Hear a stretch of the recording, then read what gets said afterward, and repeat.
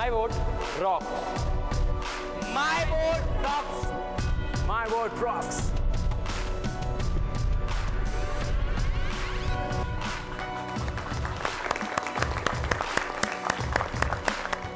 Hello everyone and welcome to My Vote Rocks, where today we're going to be discussing brain drain. The number of people who are going abroad to study, perhaps to stay abroad. Should they do that? Should they actually study right here in India? Should they come back to India and work out here? What do young people think about it? And of course, as always, we're going to see how all of this ties up with the elections and voting and politicians, and whether they should be spending a lot more time and energy and enthusiasm on education or not. But first of all, thank you all so much for being here. All of you college students, I believe, how many of you enjoy studying in India? Raise your green flag if you enjoy it, red if you don't. Wow, all of you enjoy studying here in India. One person doesn't. One sad person in an entire room who says he hates studying in India. Why? The amount of opportunities abroad are much better and much more advanced than here. And you have a chance to have a better livelihood abroad. Is that what I feel? Okay, there are others disagree with that. I'm going to keep on coming on this theme. Well, I think that the Indian education system is really good. The amount of knowledge they give us is the most that we get in all over the world. So maybe that's why I think it's a... Okay, you know, I'm going to keep on. There's lots to discuss here, and this is going to be the theme throughout the thing. So why don't I just start off by welcoming our very special guests we have, and also tell you what the opinion poll thinks about some of these issues, and then we're going to get into every aspect of this. So we have a great panel today. Gives me great pleasure to welcome, put your hands together, joining us from Mumbai, Chetan Bhagat, author and columnist. Chetan, wonderful to have you with us. And we have with us, sitting right here next to me, Anna Vetikat. Great to have you with us, writer, journalist. We have with us Dr. Anupam Sibal there, who's Group Medical Director at the Apollo Hospitals, looking after pediatric gastroenterologist, somebody who went, studied abroad, and then did come back. And great pleasure to welcome Gilles out here, who, put your hands together, he's a choreographer who came out here from France as a student. Is that correct? Sorry? You came here from France as Yes. a student, you did your PhD out Yes. here and then stayed on. Yeah. So you picked the Indian education system over the French system and then have stayed on here ever Yes, since. something like that. Okay, great. So we'll be getting some of those details and the stories from you. And in just a short while from now, Shashi Tharoor is going to be joining us, Minister of State for HRD. So all your complaints, get them all together. We'll throw them all to him in one big fell swoop. Okay, let's just start off with the first big question that we are asking out here. Whether let's set aside coming back and working here and where you should spend your life. We'll do that in the second segment. First of all, studying abroad as opposed to studying here. What's your take?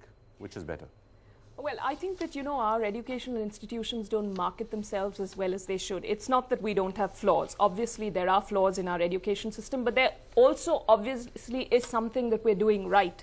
That our kids who have gone to our schools and our undergrad courses are then going abroad and doing so well. Obviously, we're doing something right. But, I was reading that the Times Higher Education World University Rankings, one reason why there has been an increase in the number of Indian universities included is that this year the Ministry of HRD... It's not saying much, there are only 5 of them. Yeah, but this year the 5, Ministry of count HRD them. apparently had a meeting with the guys who put the list together. Now, if that meeting is required for us to be to have more of our universities included, then maybe we are not putting enough emphasis on marketing ourselves abroad. And, you know, marketing and lobbying are dirty words in our country, unfortunately. So, of course, the emphasis on excellence, the amount of time and money one gets for research at universities abroad, great thing. But the emphasis on hard work and just that whole beaver-like attitude that we Indians have, that also is an amazing thing. And Which comes from our education system. Okay. Which we're not selling abroad. Which we're not selling. Chetan Bhagat, let me get you in.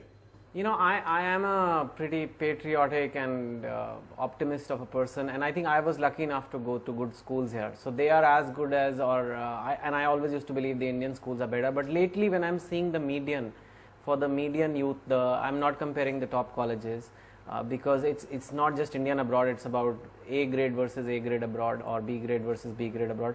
I find the median, unfortunately, you'll have better opportunities and better courses abroad. Unfortunately, that is the case today for the average person. Our education system just hasn't reformed fast enough. So if you can go abroad, I think it's better. The only downside, it's very expensive. So, that's more to do with our if you currency can do and it, all, but it's very expensive, and that's a theme. Again, I'm going to come to you. Let me get you in. You did the reverse, and from what I hear, you didn't have a particularly good experience in your PhD here either. But just the beginning. The thing is that I came to India because I was doing a PhD on India, so I had to do a field work. So I mean, there was no other choice. I mean, I wanted to come to India because my PhD was about the caste system and how Brahmins were looking at politics and all the. I was in the middle of the Mandal Commission, so the PhD was about how Brahmins looked at all this anti-political upheaval.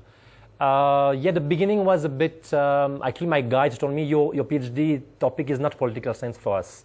It's too. I was doing something more like a cultural context of politics. Said in India, political science is much more strict and much more. So I don't know how I can help you. So then I went to other colleges. I went to meet people at Delhi School of Economics. I went to JNU. So at the end of the day, it was fine. But the beginning, it was a bit difficult. and that's part of the thing which I think will come to the rigidity that sometimes exists in the Indian education system. Some people think it's a great thing because everyone learns a certain amount of things. Others say it is too rigid. Anupam, let me get you in early thoughts. I think the schooling is very good. It's really competitive. There's a lot of discipline. Perhaps we overdo the exam bit, and of course, in recent times we've seen some reforms. But when we talk about university education, let's look back at the last 50 years. Have we been able to meet the need of today's youth? How many colleges do we have now? Vikram, you and I both went to Delhi University. How many seats have increased in those colleges that everybody wants to get into? So quite often people don't want to leave. They want to get into a handful of colleges which they believe impart excellent education, but they just aren't enough. So quite often it's because of a compulsion. And I think we can reform. We need to reform. We need to be a little more flexible as universities abroad are. And that is the reason why, as you said, only 5 in the top 100. And that's because we are so rigid. So